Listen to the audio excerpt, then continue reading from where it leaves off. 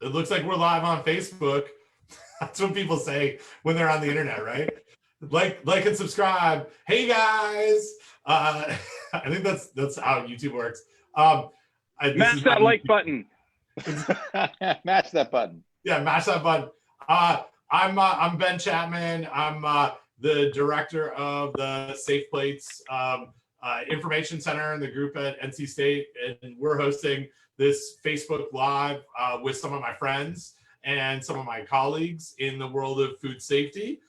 Wait, which one of us are friends and which one of our colleagues? I'm not. You're gonna have to. Yep, you're gonna have to guess. Michelle is very much my oldest food safety friend.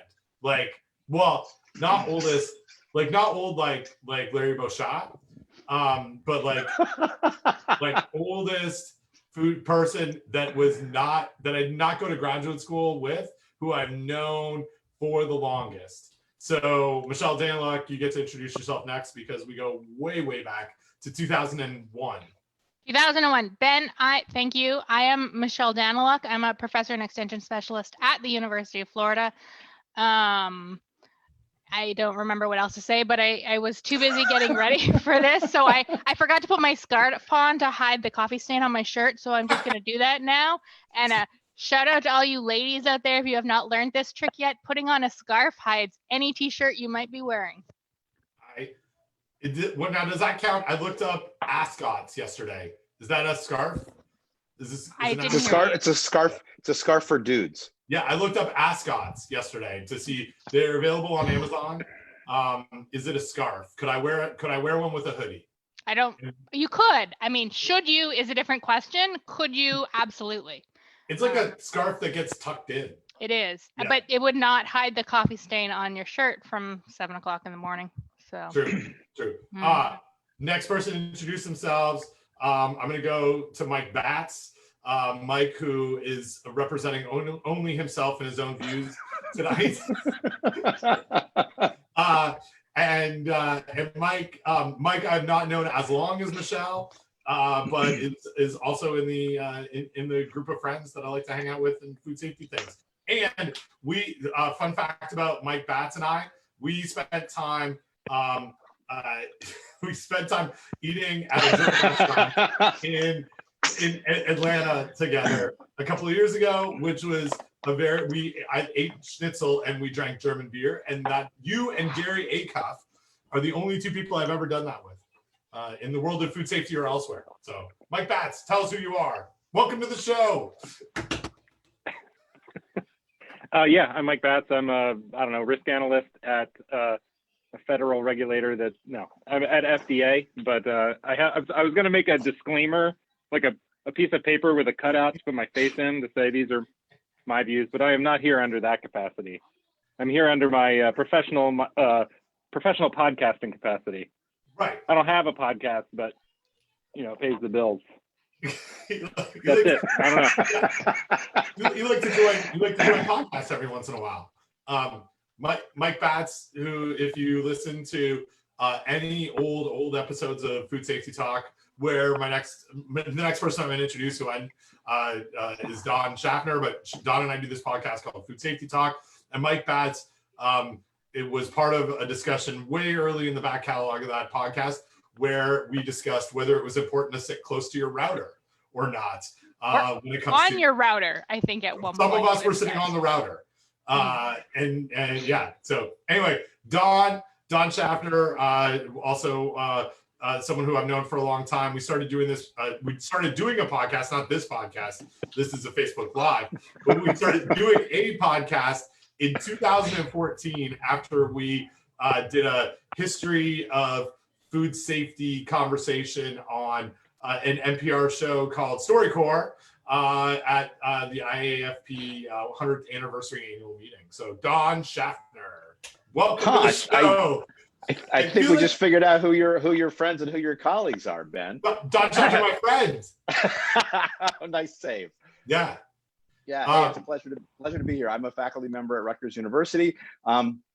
I also am not here tonight speaking for them. I'm speaking for me in my capacity as being a guy that does food safety. So yeah, pleasure to be here. Thank you for inviting me, Ben. Do you have a disclaimer every time we do Facebook Live now because of Mike BATZ? This is new. Yeah, we probably should. Oh wait, it's a BATZ kid. It's a BATZ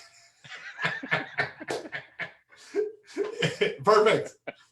All right, so we did one of these a couple of weeks ago. Our friend and colleague Linda Harris joined us. She was busy this week, so we reached out to Mike to join us, and Mike's got we've all known Mike for a long time, and he's a fun guy to hang out with.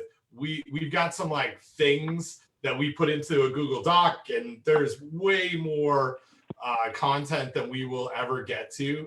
But I'll run through some of the questions that are in here, and I'll kind of guide us through this a little bit. So first thing, we've sort of nominally said that these are virtual happy hours that we're hanging out and talking food safety. So first thing on the list, what are we drinking today? I have Publix unsweet tea. Shout out to Publix again.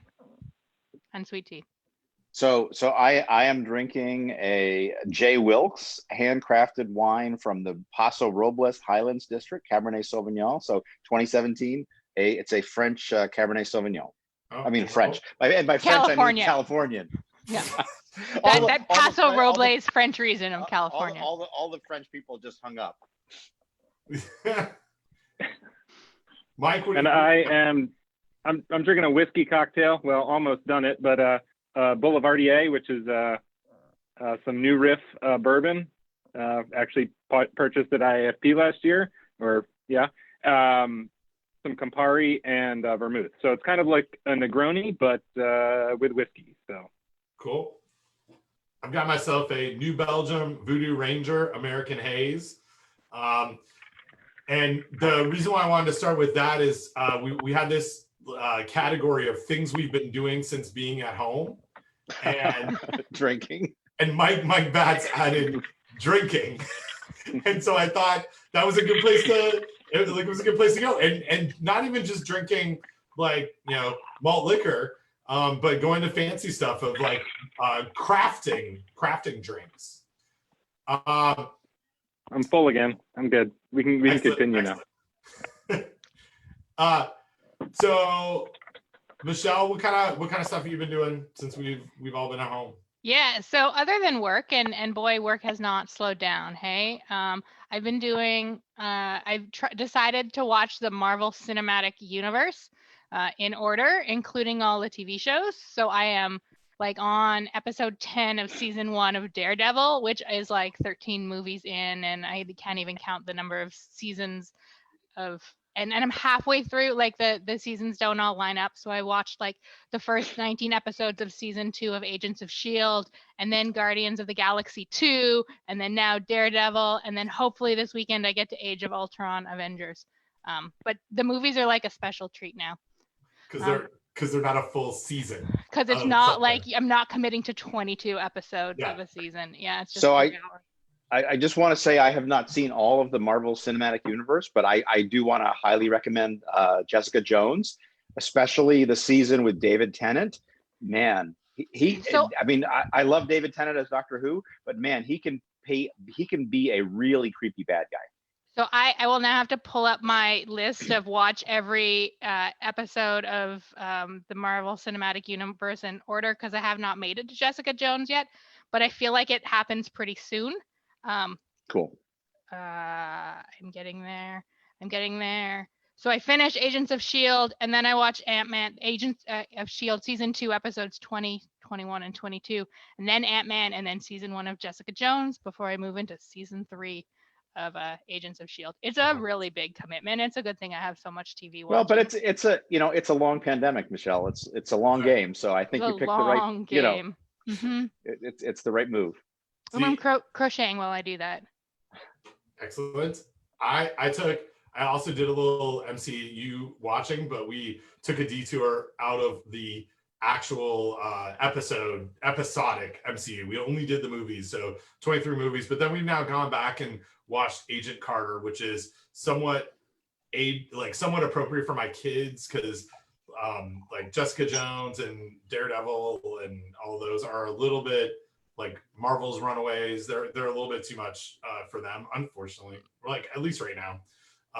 So I've never watched it, but it was good. We got to the end of the movies a week and a half ago, or something like that, 2 weeks ago maybe, and it was like, oh, okay, well, we're done. We've now watched 23 movies in 28 nights or whatever. But also, like, it made more sense. There were certain, like, it actually was it all threads together. But when you don't watch it, like, it takes you like 7 years to watch them. You kind of forget about things. Forget stuff. Yeah. So it was good. Have you guys done any Netflix party type watches where you watch a movie with friends online? No. Oh, it's a blast. Yeah, we should do that. So Yeah. Mike, can you talk to us about the technology? Like, so you sort of 3, 2, 1, go, and you watch, and then you're using FaceTime or Zoom or something for the facial interactions. Yeah, I mean, no. So the way it works is it's a Chrome extension. So Chrome, you right, basically, so it's an extension in Chrome, and it syncs up everybody's viewing experience, and then there's a chat window to the side. So we don't usually have audio talking while we're watching the movie. We're just kind of type chatting. But we've done the same thing, just using like whatever, WhatsApp or Messenger, and we'll just sync up a movie on Prime or HBO Go or whatever, and it's a lot of fun. We watch trashy movies. Tonight we're going to watch Stuck on You, which is a terrible movie. That somebody selected in our group. We've done The Craft. We've done just terrible movies, and it's I highly recommend it. Nice. All right. I'll totally check that out. So there's a bunch of stuff in here, and I wanted to talk. Well, I don't know where to start. Well, while you think about where to start. Yeah. Can I talk about something non-food safety related that we've been doing? So I want to give, and apologies. If I was organized, I would tell you who it was that recommended this to me on Twitter, and I need to go find them and thank them. We have started watching. Is this a British crime show? No, it's a British crime British. show? It's British. It's British. You're right. It's British. Is it moody? Good. But Is it moody? It's not a crime show. No, it's a comedy. It's a show called Taskmaster.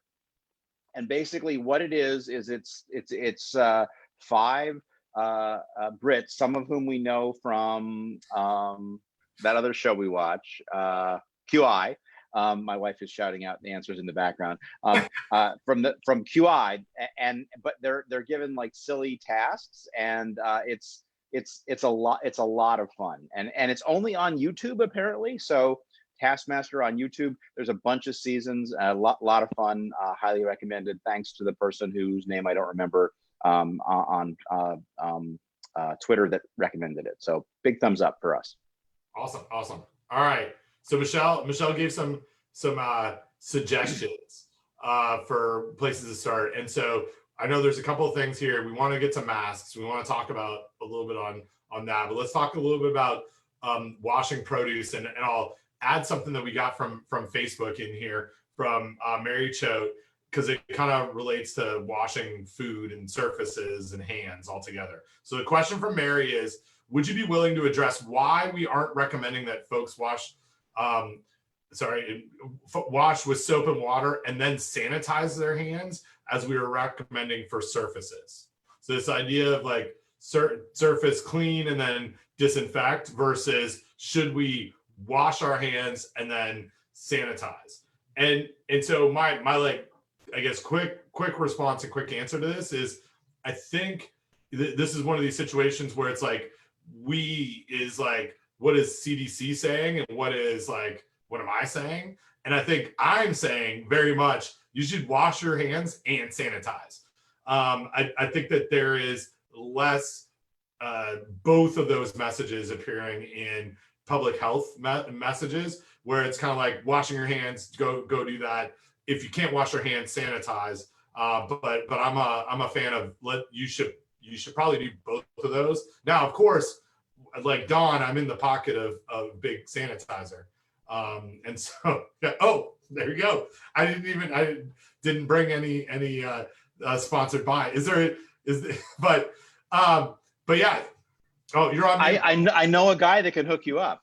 True. So what do you guys, what do you think? Why do you think that there's, I guess, a little different focus of message out there on, clean and then sanitize, clean and then disinfect for surfaces, but wash or sanitize for hands? Because I've said this before, I'll keep saying it. I think people think hand washing is magic, right? And it's not, right? It's good, but it's no better than hand sanitizers. And again, you've been there, Ben, at CFP. I fought this fight before. People in public health have been preaching hand washing as a message, which is great, but they even when they're confronted with evidence or they're asked about absence of evidence, they refuse to move off that particular point.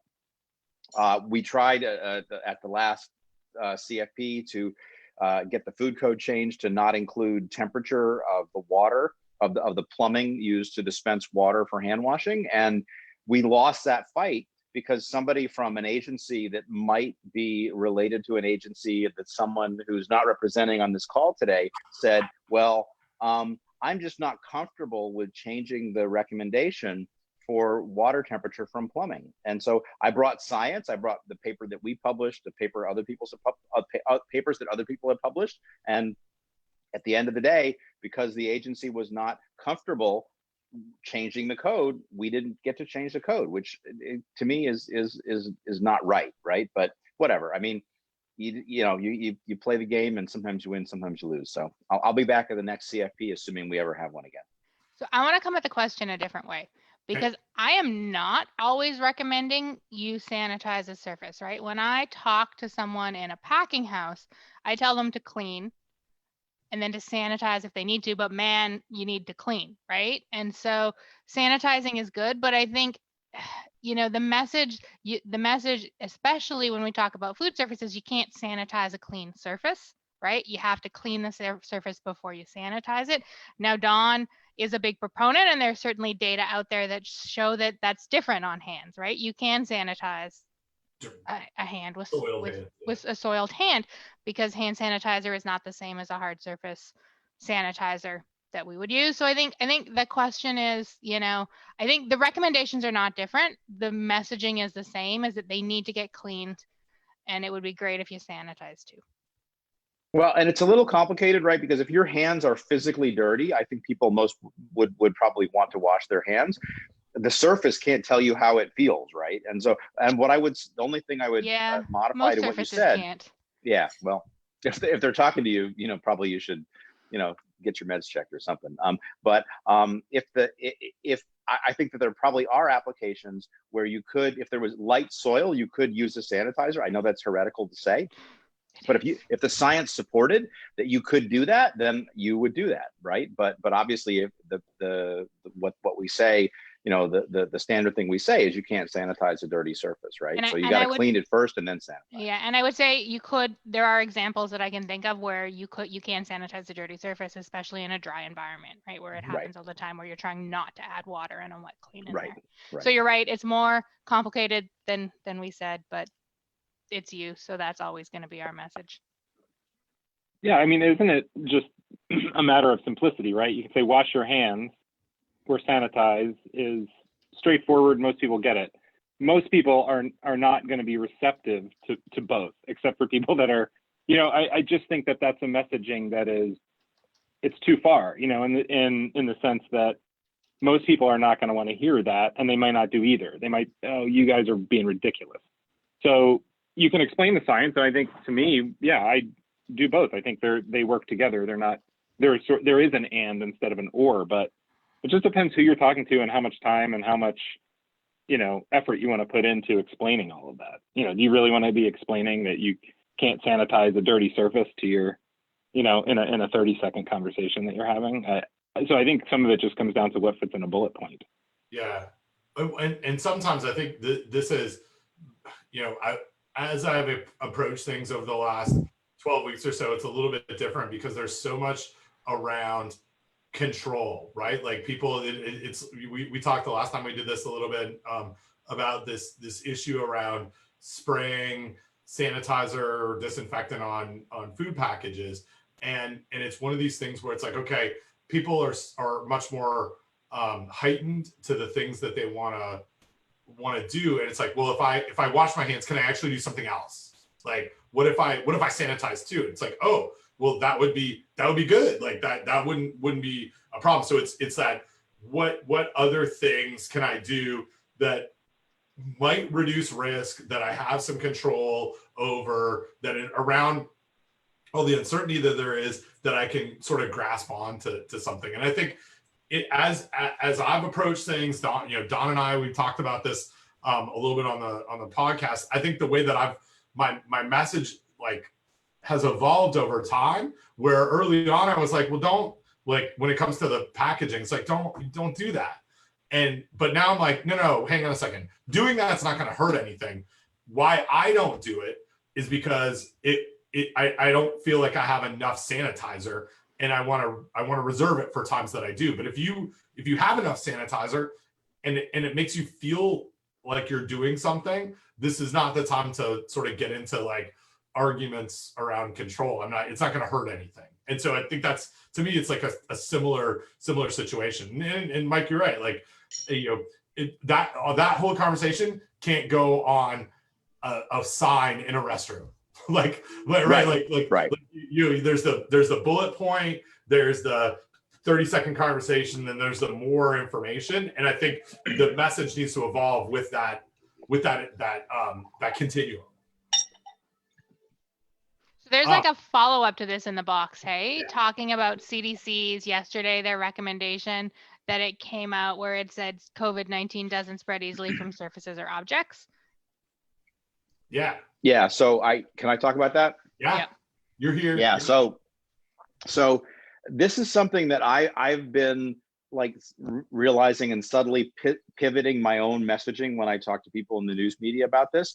And the reason for it is we've seen evidence of transmission from symptomatic individuals. We've seen evidence of transmission from asymptomatic or pre-symptomatic individuals. There's very little evidence out there in the literature of COVID-19 transmission from surfaces. I only know of a single paper, and it was an example where a couple traveled from Wuhan, China to a church in Singapore. They sat in a pew or a seat in that church. And then another individual came and sat in that seat in the next service. And then like 12 days later, that second individual got sick. Aside from that, I don't know, and certainly we can find virus on surfaces, right? But we know about the survival level of infection on viruses on surface, like the TCID, the level of infectious virus on surfaces. We know how that declines. But other than that one example, and maybe there are others, but maybe not too many, we don't see transmission from surfaces. And so I think it's still important to say, wash your hands, use hand sanitizer, right?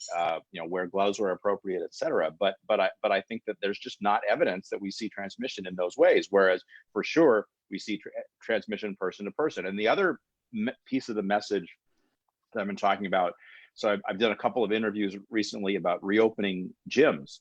And there was a wonderful paper, I think, that Michelle shared with us from Korea, which showed transmission from before they closed the gyms, the workout locations. They had transmission of cases in Korea in those locations, but tended to be rooms where there was vigorous activity, right? So the aerobics versus Pilates, and also rooms that were filled with a lot of people. So relatively small room filled with, a dozen people or more, even down to 5. And then a few examples where less than 5 people taking the class, there wasn't any transmission. Now, some of that is a little bit of a denominator effect, right? The more people, the more chance of illness. But I really think the closeness of individuals to each other really plays a role. So those are a couple of messages that I've been working on when I talk with folks from the news media about reopening gyms, or even about people, again, coming up on Memorial Day, people want to travel. My message is, that's fine if you travel, just stay away from people, because that's where they have that's where you get the virus. And so obviously it may be hard to travel and keep away from people, and so don't travel. I've been advocating, take a vacation, but make it a staycation, because that's really what's going to again help us keep flattening the curve and keep people from getting sick. So yeah, that's my soapbox on that point. That's good. Couple of things on that I want to add. One, there's no show notes for this. I just sent you guys a link. Maybe Candace can post the link in the Facebook Live comments. But there was a cluster from Chicago in March and February, and on the high touch surface, the only other thing that I remember seeing is this, and it's where things get real muddled. So I'll read a little bit from this paper. Patient A11 had recently traveled out of state, was experiencing mild respiratory symptoms. He was only tested later as part of the epidemiological investigation and received diagnosis confirmed to COVID-19. And there's the spread of the pathogen was at a funeral. And so it said the evening before the funeral, patient A11 shared a takeout meal eaten from common serving dishes with 2 family members of the decedent at their home. It's like, okay, well, if I just read that line, it's like, whole bunch of people eating food, together. There's food transfer. What are we talking about? Well, there's more to the story than that. The meal, which lasted approximately 3 hours, and the funeral, which lasted 2 hours, involved a shared potluck style meal. Patient A11 also reported embracing family members of the decedent, including all these other patients. So it's like in these clusters, we're not living in a situation where it's like you can just look at a surface and be like, yeah, that's a thing. It's like we interact with the surfaces, we interact with the people. Even in a gym setting, there's maybe a surface issue and there's maybe a people issue, but it's really hard to parse those two things out because we don't exist in just the paradigm of being around people or touching things. But I agree with Dawn. It's like there are very few examples. I mean, only those 2 that I know of where even touch like surfaces come up as mentioned in a cluster investigations. I think there was another one of a church-related outbreak in Arkansas. I don't remember if I sent it to you, but I only remember seeing it in the last couple of days where it talked about, again, buffet meals as part of one of many things, including Bible study and choir practice and a bunch of group activities. So. Yeah, and Ben, I think you and I got into it with somebody on the internet about saying, oh, well, people ate food together, therefore it can be transmitted by food. It's like, no, like those are opportunities where people are together and where they're, inhaling and exhaling and their salivary glands are working because they're eating food. I mean, right now, if we were all together and not socially distancing, I'm eating food. If I was infectious, you guys might potentially be infected. Well, just by being close to me, Mike just sent us yeah. So we have a month additional information, a month more since really the discussions around surfaces really were everywhere, right? And since then, people are doing a lot more takeout, right? People are doing a lot of grocery deliveries. And if you think about takeout and foodborne disease investigations, if you have a normal foodborne outbreak, one of the ways in which those common exposures are identified are through things like that. So one of the ways we find foodborne disease outbreaks, right, is that, hey, we asked people where they were, they all went to the same restaurant or they ordered food from the same restaurant, right? Now, again, you can't prove anything with a negative, but in all of this time, we've seen a number of events where, whether it's the choir practice, whether it's people dining in a restaurant with air movement, whether it's meat packing plants, whatever it is, we have a bunch of environments where there's a lot of people in a close space that are breathing. Maybe they're loud spaces, so they're yelling or singing, or they're sweating, or there's a lot of volume and a lot of air movement. We have a lot of evidence to support that, right? In the past month, in all these clusters. And all we can point to on surfaces in terms of those coming up are a few of these clusters where there's sort of potential. So in terms of we can't eliminate this idea that surfaces are playing a role, that fomites play a role. We know that it happens with a lot of other diseases, but we can say, I think, that it's not playing a major role. And that's the hard part, I think, with this kind of risk communication is differentiating between how many moats you're going to build around yourself. And we all make those choices for ourselves. I do things that are probably irrational to other people. But at the end of the day, we're not seeing evidence in a lot more time where people are doing more takeout and taking food in ways that they maybe weren't before, of this being a problem. I'm not saying it's not a problem, but we've seen other things kind of continue to rise as leading to cluster events. And what I sent in the chat was a meta-analysis essentially of some researchers at I think it's the London School of I can't remember the name of the school, but a university research team who compiled a bunch of clusters based on media reports and government reports of these kinds of events, and they analyzed these kinds of things to identify commonalities. And again, by no means conclusive, very early days, but I think that's part of the messaging is we continue to learn new things. And maybe that's, I certainly, again, can't speak for FDA. I certainly can't speak for CDC, but maybe, that additional, maybe there have been analyses over that additional month of illnesses and clusters within the overall pandemic that are not suggesting this as a major or significant path. Doesn't mean it can't happen. Right. It just means maybe it's not where we need to focus our energies. Yeah. Well, and in fact, we've seen from that church outbreak in Singapore, it can happen, right? But it was two people that were shedding the virus, and then another person who moved into their space within a short window of time. So for sure, it can happen. But is it a major role? Yeah, I would agree, Mike. I think you put that very well. It's not. And one thing on that, really early on, as we were developing social media stuff and best practice things that we wanted to put out there, I remember having a conversation with our friend and colleague Leanne Jacobs around this, where it was like, why in the middle of a pandemic, let's focus on the things that do have the biggest bang for the buck, right? Like food, like it was more of a frustration. It wasn't like, everybody look away because food's not an issue. It said, well, we do know all these things are issues, so let's focus on those things that we really know. Like just like you said, Mike, that we know that from these clusters, we've got lots of evidence of this being the transmission route. So one thing I wanted to ask you guys, Don, you mentioned about travel. There's a follow-up question here about our restaurants, one of the more risky settings then, because people are in the same room. They're eating, so they're not masked. They're talking maybe loudly over ambient noise. So this is good. This is from, maybe. I think one of the things that we probably don't know, my take is, as restaurant dining rooms closed over the last 12 weeks, we just don't have data because there's not a lot of restaurants that have been opened. And so maybe restaurants like they existed in January would fit that. But we just haven't had as many restaurants open, and the restaurants that are open might not look the same, might not have, people sitting so close to each other, and more people probably will be masked, and there's probably lots of talking that's still happening.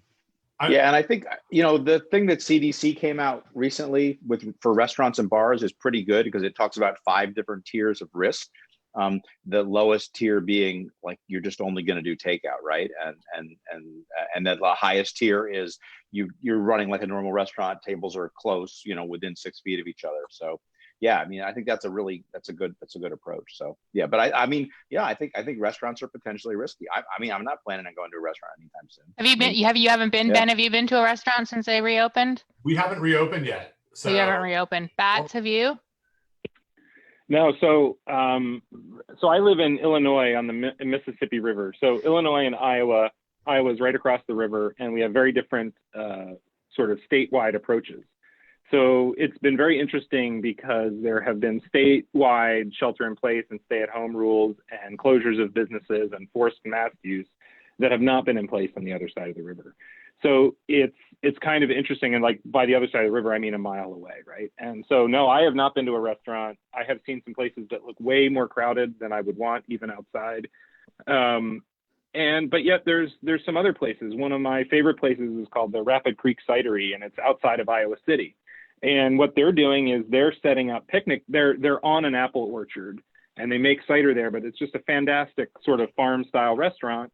And they're doing service at picnic tables. You can bring your own utensils, you can bring your own stuff, and they've spread out. Basically, they have the space to do it. And so even though they have a gorgeous outdoor patio, they're moving to try to find ways to even keep it safer. They're not going to open that big open dining room, which has a lot of space in it. They're doing tables outside. I mean, it's the most, to me, exciting place. So that's the first place I'm going to eat, but we have not been out to a restaurant. So I went out to a restaurant last week for my birthday. And all it made me realize is that I'm not ready to eat at a restaurant again for a long time. So tell us about the. So I went over to a friend's house and I thought we were going to have a barbecue outside in her backyard or maybe order in some food. And then I was not hard to convince, but I was pretty easy to convince that it would be better if we just went to the restaurant because our restaurants reopened here 2 weeks ago, maybe in Florida, maybe a little bit. I can't remember the days are fuzzy, but I think it was probably 2 weeks ago we reopened restaurants, and it was a restaurant of a friend of ours, and we thought, it would be really safe, and they have a great outside patio. So I was like, oh, well, we'll eat outside. It'll be okay. And I'm sure the servers will be wearing masks. Well, we got there and there was a surprise birthday party happening on the patio with a buffet style meal that had a lot more people than I was comfortable at eating. And then none of the servers had masks, and there were a lot of different servers that came to us over the course of the time. And I just, I don't know if there's anything wrong with any of those things if those people aren't sick, but it made me feel really uncomfortable to want to go back to another restaurant anytime soon. And how much of that was that it was a surprise birthday party, but not for you? Well, it was for my friend whose birthday it also is that day. So. Oh, okay. Oh, so that was the. So I was not invited to the surprise birthday party, probably because I have zero desire to leave my house. I've kind of been a recluse in this, but yeah, I was not upset by that.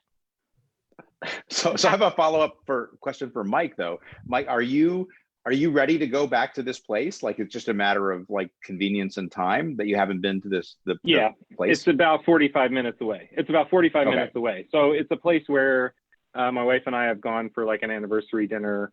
We've also made a day of it and just done brunch there, but no, we just haven't had occasion to do it. And they only started doing that like this past week, and it's just so busy with work. But from a risk perspective, you're ready to go. Given what they're doing in terms of being able to like basically have them provide you with like the best picnic meal you've ever had. You order and they come back, and as long as they're minimizing stuff, I would give it a shot. But they're on an orchard, so it's like there's going to be 50 feet between tables or something. Right, it's going to be perfect. Crazy. Yeah, yep. Yeah, I feel the same. So tomorrow night at 5 o'clock, things are going to open up here. I'm not planning on going out tomorrow night at 5 o'clock, but I think to Mike's example, and I just listen to Michelle, I think I would want to see some changes, right? Like I want to go to a place that's like, all right, we know that the experience that you experienced here months ago is going to be different from what you experienced today. So, but here it is. Like we're going to make sure that we're keeping you and our staff safe. And so that orchard situation is like that sounds like so well thought out, and well, like from a like COVID-19 situation, like a way to manage it, make you feel good. I had a colleague who she texted me a couple of days ago and said she just went to get takeout at a couple of restaurants, and it's the first time she'd gotten takeout, and she went in to order and there were no masks, no gloves on people at the counter, and she's like, I just couldn't do it. Like I walked in and turned away. She's like, I don't want to be I'm not worried about the food. I just don't want to be right close to somebody who isn't sort of displaying how they're changing and managing this. And so, she went to one, she texted me and she's like, I'm trying somewhere else. And then went there and saw the exact same thing. She's like, that's it. I'm just going to go home and just get like Instacart and takeout or whatever. Yeah. Well, no, honestly, that's the thing, is the communicating that you're thinking about this problem, you're taking it seriously, and you're taking some steps. To me, that is more convincing than the steps themselves. Yeah, there's a brewery here who does basically drive-by brewery. You can buy your beer and they put it out on a picnic table out front of their place, and you go grab your 4-pack. You go pay, you pay Venmo them the money or whatever, and then there's no contact. they've thought it through. They said, this is the best way that we can get to our customers. Yeah. And to me, it's making those efforts. And I want to support as many businesses as possible. I do not want to cook. I'm so tired of my own cooking, but I'm happy but yeah, I look and do they have a Facebook page? Do they have something that they're communicating that they're taking this seriously? You know, and and then once they do that, then I'm confident that they're trying to do things the right way. And, you know, you're not always going to be right, but it's got to be about that effort. I think I mentioned to Michelle and Dawn last time, or I told Dawn for sure that over the last little while, I've been like making this room the place that I hang out most of my day, like a spot where I'm listening to more music. I went and like got a new turntable that's like not a new turntable, but an old turntable. I got better speakers. Like I'm enjoying this spot. And there's a record store that's kind of like been around in Raleigh for forever. And I've never gone to it because I was not listening to records. I went through my like vinyl buying stage like 15 years ago, but this weekend I'm going to go and I checked their Facebook page and they're like, so it's called School Kids Records. Shout out to them. And they put on their Facebook page, if you don't come in here without a mask, like, and everyone, it wasn't like, please wear a mask. It was like, you're not coming in.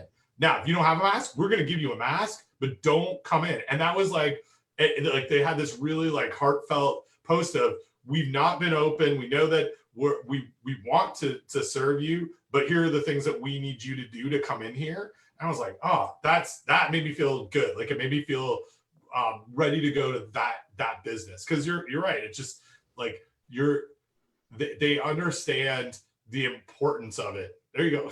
Nice, Don. Here we are. We're talking masks. So, all right, let's talk masks. I was going to wear this when we started to make a political statement because this is from the Pod Save guys. So, you know, John and the other guy. But anyway, so sorry, that was my joke. I'm done. It's good. It's good. So, so I've been doing grocery shopping probably every 6 or 8 or 10 days. It depends on how much we buy. I go out, I'm masked up.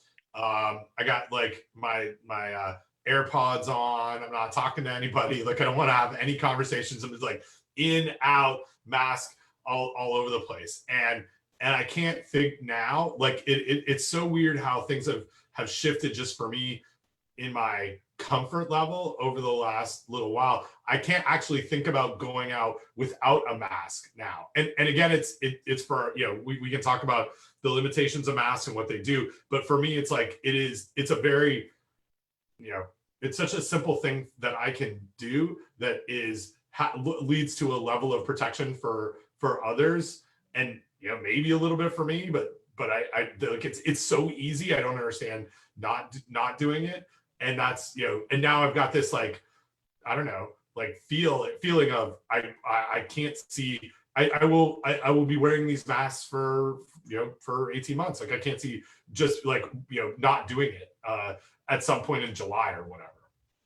And so I want to get your takes on this, but one piece to, like, I guess 2 spots to get your feedback on. One is I talked to a journalist about this last week who was like, okay, you're going to go back to a restaurant. Are you going to wear a mask in a restaurant? And I was like, yes. And he goes, won't that be awkward? And I was like, sure. Like, yeah, it might be awkward. He's like, I never really thought about it. He's like, I kind of thought like it was either wear a mask or not wear a mask. And I was like, I'm going to wear it. And then when I eat, I'm going to like take it off if I'm going to eat it. And then I'm going to put my mask back on. And he's like, that's kind of weird. I'm like, okay, I think I can handle that. It's not a huge deal. I watched a guidance video today about mask wearing, where it talked about wearing a mask to a restaurant. And there was like, these are the steps you want to follow to take your mask off to eat. Put down a clean napkin, put your mask outside down on the napkin, clean and sanitize your hands, eat your meal, put your mask back on, clean and sanitize your, like it went, I think it's just going to be something we're going to get used to doing, and it's not going to be outside the norm. I think I'd rather just get takeout. Also that.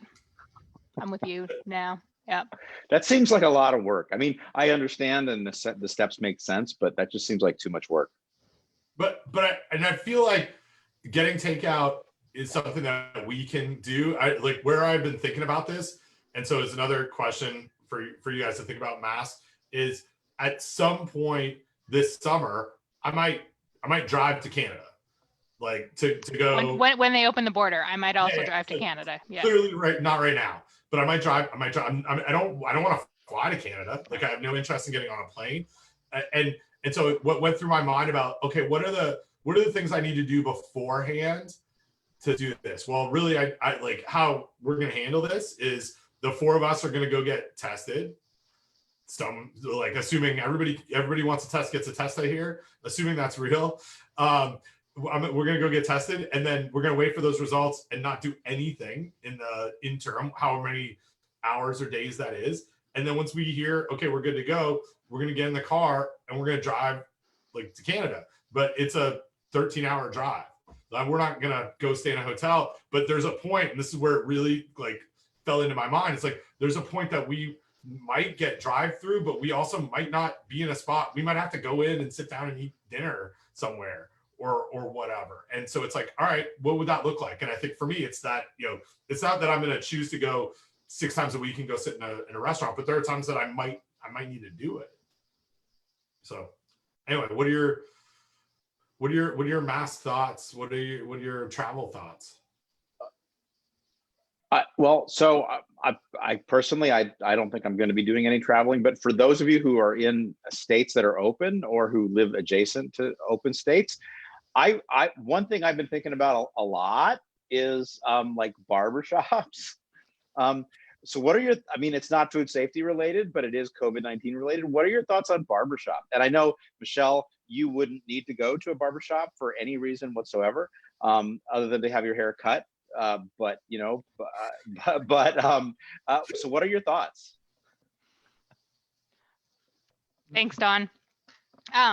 I would not need to go to a barber shop ever for anything other than to get my hair cut. Or a beautician, or a beautician, or my lady fantastic barbershop. A lady barbershop. I have a fantastic hairstylist. His name is Marvin, and we opened hair salons here in Florida. Again, a couple weeks ago. I was texting with Marvin today. I sent him a picture of the roots on my hair that Dawn was trying so hard not to. Michelle, I was not saying anything about you were your not roots are saying perfect. anything. My roots are perfect. They're beautiful. They're the best roots. They're huge. Marvin texted me and said, "Are you ready to come in?" And I said, "No," because for me, right, and it's not even that it's not that I don't trust Marvin, and it's not that I don't think there's not going to be, like, it's not going to be a safe environment. And I would expect that he would wear a mask and I would wear a mask and there'd be limited number of people in the salon. But when I am risk ranking, right, risky activities, and I'm trying to really keep myself to 1 to 2 times out of my house in a more high risk activity. And this week I already went to FedEx one day, and tomorrow I've got to go pick up some CSA. That's it for this week, right? So at some point I'm going to decide that it's time to go to the hairdresser. But I'm also sitting in my house all the time right now, right? And so I am willing to let my roots grow as long as I possibly can until I pretty regularly have to see people on a regular basis. Which is every day on Zoom calls. Yeah, but you know what? There's like level of ranking of caring of who sees my roots or not. And so I can hide them pretty well, or I could just wear a hat like Ben is because he had to turn his overhead light on today. It puts a spotlight on my head. We might have had a talk about this earlier, Ben and I, today on another Zoom call we were on, but that's not, I can understand you're getting close to that. I'm not, for me, I'm ranking it lower than some of the other riskier activities I'm doing. Yeah. Yeah. I can send you a buzzer.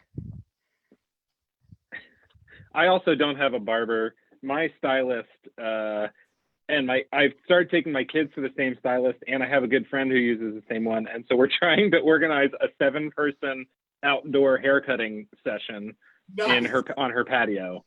So hopefully that happens, because I just got a mop of hair right now. It's just half of what I do on Zoom calls is just. It looked really good until about 30 seconds ago, Mike. Yeah, Don, I'm kind of enjoying your longer hair. I kind of want you to get to like a point where you look a little bit like PC Fazavada. Well, here's the thing. It's not long enough for a ponytail. But and it so will I get really, there. It will get it will, there. Well, but so here's the thing. When I walk so I have a barber. I don't have a stylist. I don't know what you people are talking about. I have an actual barber. One barber. And what, huh? One barber, three stylists. Yeah. So my Marvin is Mike. So Mike is my barber. Mike lives over there. He's about 2 blocks away. His house is closer to me than to the barbershop where Mike works when he had his barbershop. And I walk the dog by his house on a regular basis. And I keep thinking about, like, if I see him, like, do I wave and say, hey, Mike, I'm looking kind of shaggy. But here's the thing, like, I'm happy to have Mike cut my hair, but not if he's cutting anybody else's hair, because that's how he gets the COVID. Could you arrange an outside haircut like BATZ is doing? I could if Mike is into it, but I don't really want to be around Mike if he's doing the same for other people. I mean, which is very self-centered, but honestly, that's where I'm at. And so, yeah. Self-centered is okay.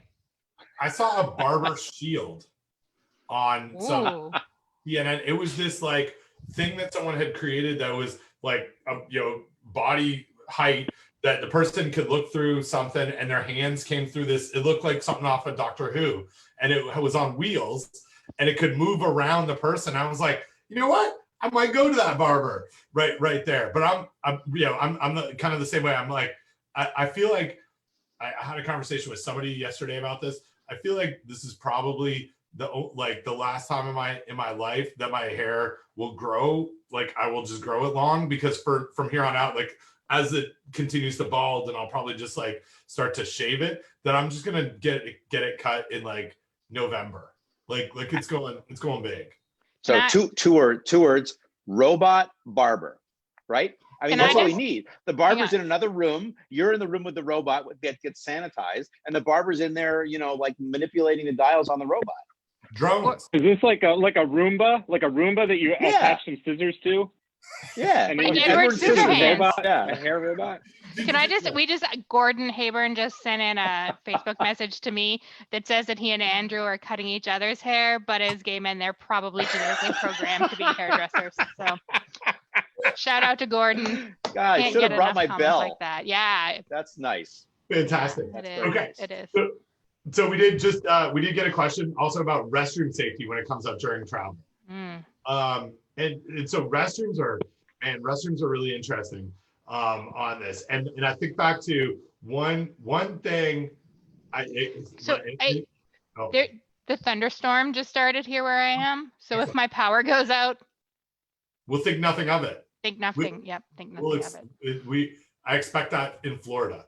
You would, as one would expect, as we approach hurricane season. Yeah.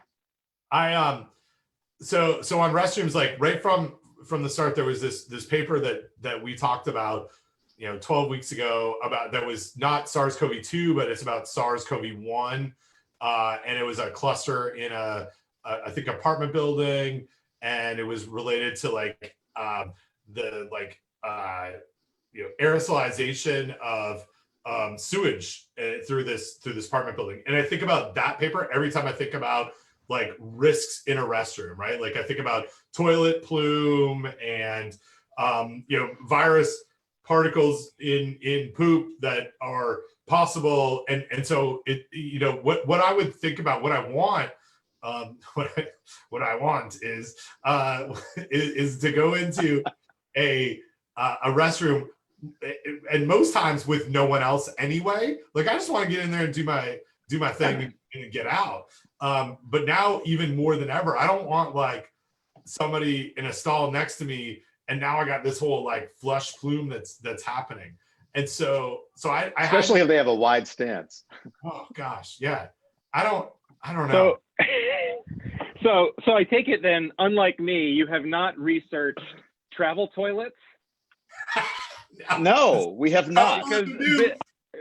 Because my family is about 17 hours away, and I'm like, I cannot hold it that long. And there's certain things I can do in the woods along the freeway, but so yeah, there's many options, Ben. There's there's like a folding stool that basically has a trash bag on it, Oh, you know, and you just bring that in a shower curtain, you're good to go. I mean, that's cleaner than 90% of restrooms yeah. along the interstate. So you're good. Travel- You know, travel- like So my like a 30-gallon, like a 2-gallon pickle jar. You just bring that with you. All right. my And they're not- scare. No, go ahead. No, it appears that they're economical. Here's a Reliance Lou portable toilet, $20. REI. So Okay, let me just hang on. no. You have okay. to look at this because it I'm is. trying I am I'm trying to make a comment that bathrooms are Go. like public bathrooms are my scariest yet moment in the COVID pandemic. Where I went into a public restroom it was in March still. So maybe like well before we in Florida had been told to lock down. And so I went to Lowe's because I was buying new stain to stain my deck back when I was still like doing home improvement, things like that.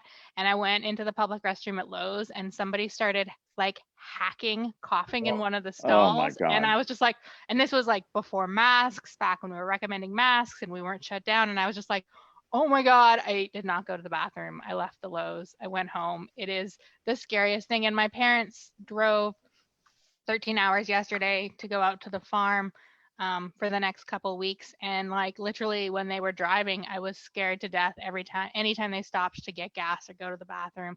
I was like, please go to the campsite. Like, please go on the side of the road because just those public places are scaring me. If only they'd talked to BATZ and they could have learned about travel toilets. We should have done this show earlier.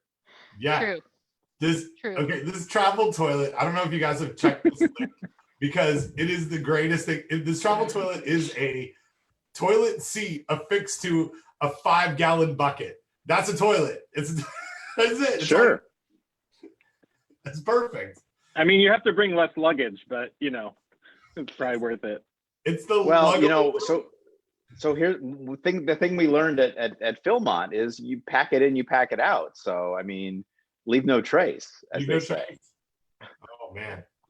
Well, this one, the one that you said also very economical, $12.09. I'm looking. I mean, I'm willing to invest $40 now. Like after seeing this, I want the $40 version. I might buy one of these for my So can we- backyard. I mean, Are there ratings like female ratings versus male ratings? Because I feel like the ease of use might be a bit different. there's an opportunity for you, Michelle. You should start a blog. I don't want to blog on that. No. The comments on the one that Mike just sent from Zorro.com. Great product. Would you recommend for a friend? 5 stars only for an emergency. Next one. My house has 7 bathrooms, Ben. My house has 7 bathrooms, and I just put one of these in each room, and I'm done. Yes. The next rating, as expected. Product as expected. Okay. Efficient. It will get the job done. Easy to put together. Took this on a 5-day backpacking trip. Wish I had it on all my backpacking trips. Makes all the difference. Sturdy. Fits into my pack. Has a sturdy base. Only downside is the weight. Wish it was lighter. Hang on. We got a Dion from Australia sending us a question. Yeah. And it's the same question that Barb Kowalczyk sent last week and we never answered and is in the notes. And somebody else might have asked it at one point too. And it says, with all the clusters in meat and poultry works, can we expect the outcome will be slower chain speeds, right? And Barb asked a similar question, but I think in a different way to say, what do you think about them increasing the speeds to keep up with demand? So I'm pivoting us off of toilet talk and into meat plant workers because Linda's not here to do that for us.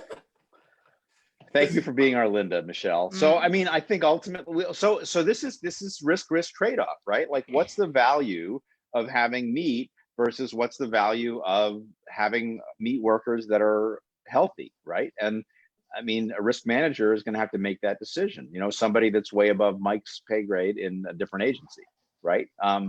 But I can tell you for sure, if it was down to me, I'm happy to eat less meat for a while so that meat workers can be safe and maybe there's less meat available in the stores. So personally, I'm happy to do that. Yeah. Well, and so Dion's question is actually a little different. I think it goes the other way, basically saying, well, because of mandates around social and physical distancing and changing how meat handling happens in the environment, could we expect less food, like improvements to food safety, slower line, less people there, and more separation? So maybe, I think the aspect of that would result in less meat being on the market because it's not as efficient. But do we think that it's the meat that goes to the market has less pathogens? I think it's a wash. I mean, I'm not sure line speed is related to food safety. I mean, the inspectors do look at every carcass, but as far as I know, they can't see the bacteria. So, and I don't know of any evidence that shows that line speed is related to food safety. So I mean, what I'm really curious, speaking of food safety, I'm really curious with all this hand washing that everybody is supposedly doing, whether we see a reduction in food safety. Or the other thing that's very interesting, people are eating more meals at home, but we know if you eat at home, and you cause an outbreak, you're much less likely to have that reported to CDC. So, I mean, we may see a theoretical reduction in foodborne disease, but is it actual? I don't think so. It may just not be reported. Well, also, I want to call you out for the very nice elbow sneeze, Ben. Good job. No one around. Model good behavior. He was just cursing. He wasn't coughing. He was just cursing. He was just like. Well, I think there's two things, right? One is like, how do we predict second order effects, right? What are the second order effects? And that's a little bit different, I think, from the fact that some things are changing, and what is going to happen to actual foodborne illnesses versus what is going to happen to reported foodborne illnesses is a different but important question, right? So I feel like it's like predicting a hurricane of bees. I have no idea what is going to happen in terms of second order effects. I think like we can postulate all these things, but I think, as you said, they're a wash. I think okay, you've got more restaurants that are now paying attention. You don't have dine-in restaurants. People are eating at home, but they're doing takeout, and they didn't used to do takeout before. Do they know what they're doing when it comes to making food for takeout versus in store? Are they changing things? You have people now who didn't used to cook, who are now cooking at home.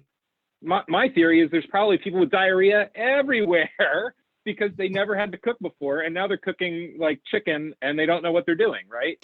So I think there are a lot of people cooking who didn't used to cook. So I think that right now it's really important to continue our food safety messaging, because I think there could be people that are getting sick and possibly very sick, not going to the doctor either because, their only options are the emergency room.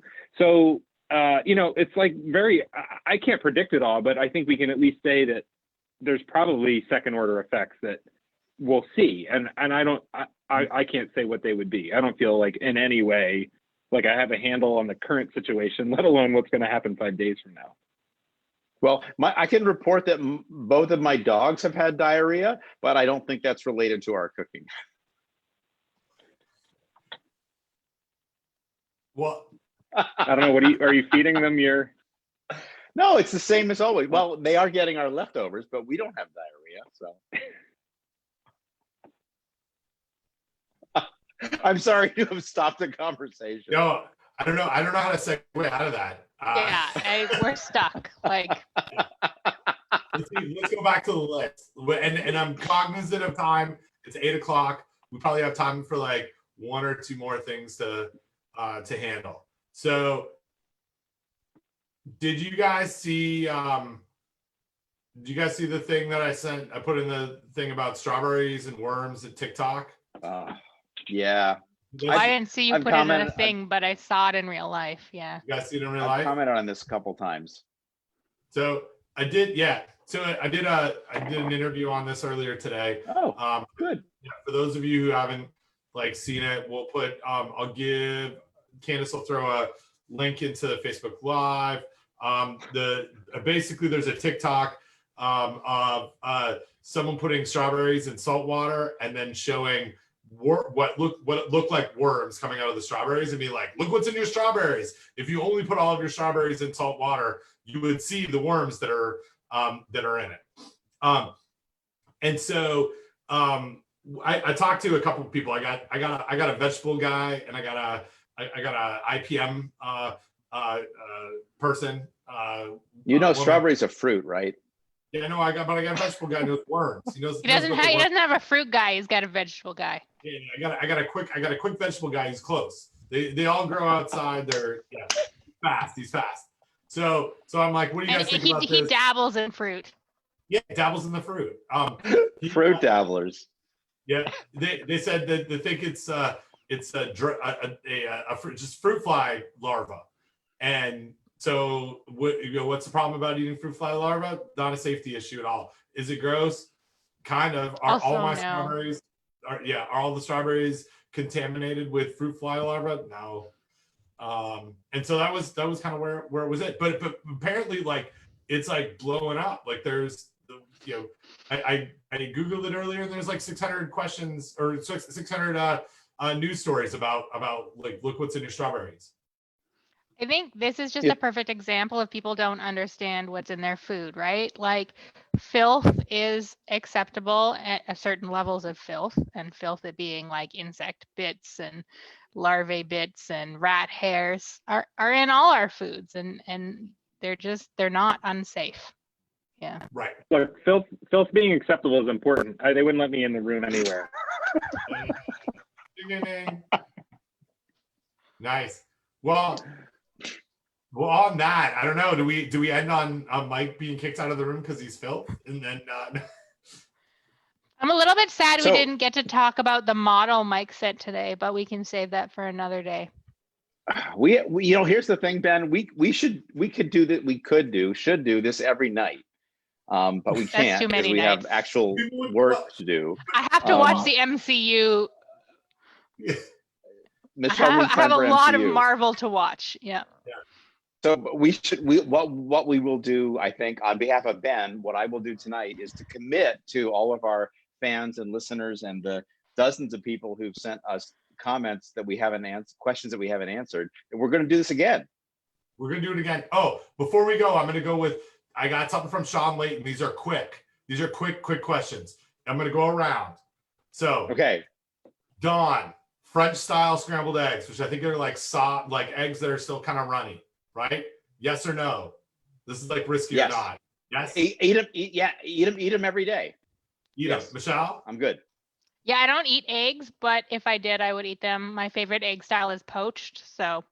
I like a poached egg. Mike, French style scrambled eggs? I'll eat all the eggs. Yep, I'll eat a runny yolk. I don't care. I'm going yes. I would say super low risk based on like 1 in 20,000 eggs. 3 in 10,000. 1 in 10,000, whatever it 3 in takes. 10,000. 3 in 10,000. Yeah, whatever. Raw oysters. Raw oysters, yes. Michelle's a yes.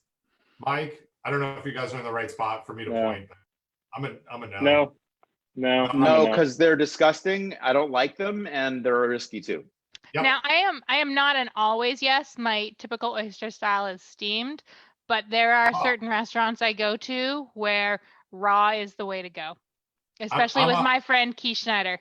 Keith Schneider and I eat some raw oysters, but not like, anyway, yeah. We love Keith. We love Keith. According to hands. I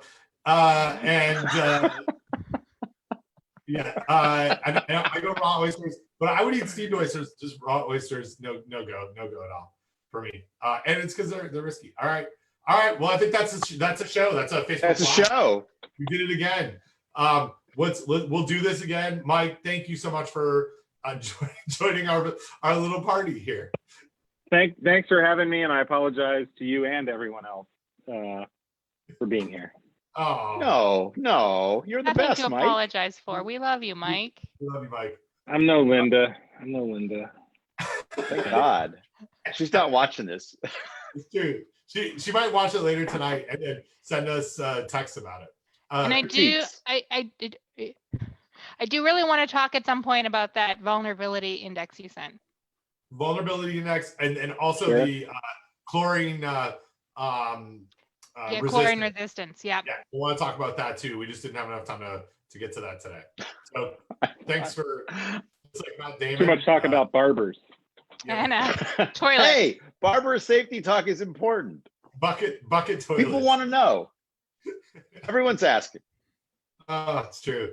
All right, guys. Thanks again. And we'll talk to you later. And for folks that watch on Facebook, like and subscribe, do all those things. Share the video. But check out the Safe Plates information, Safe Plates Food Safety Information Center Facebook page, because we'll do this again, and we'll have a rotating cast of characters. So thanks a lot. Bye-bye. Hi, Mom.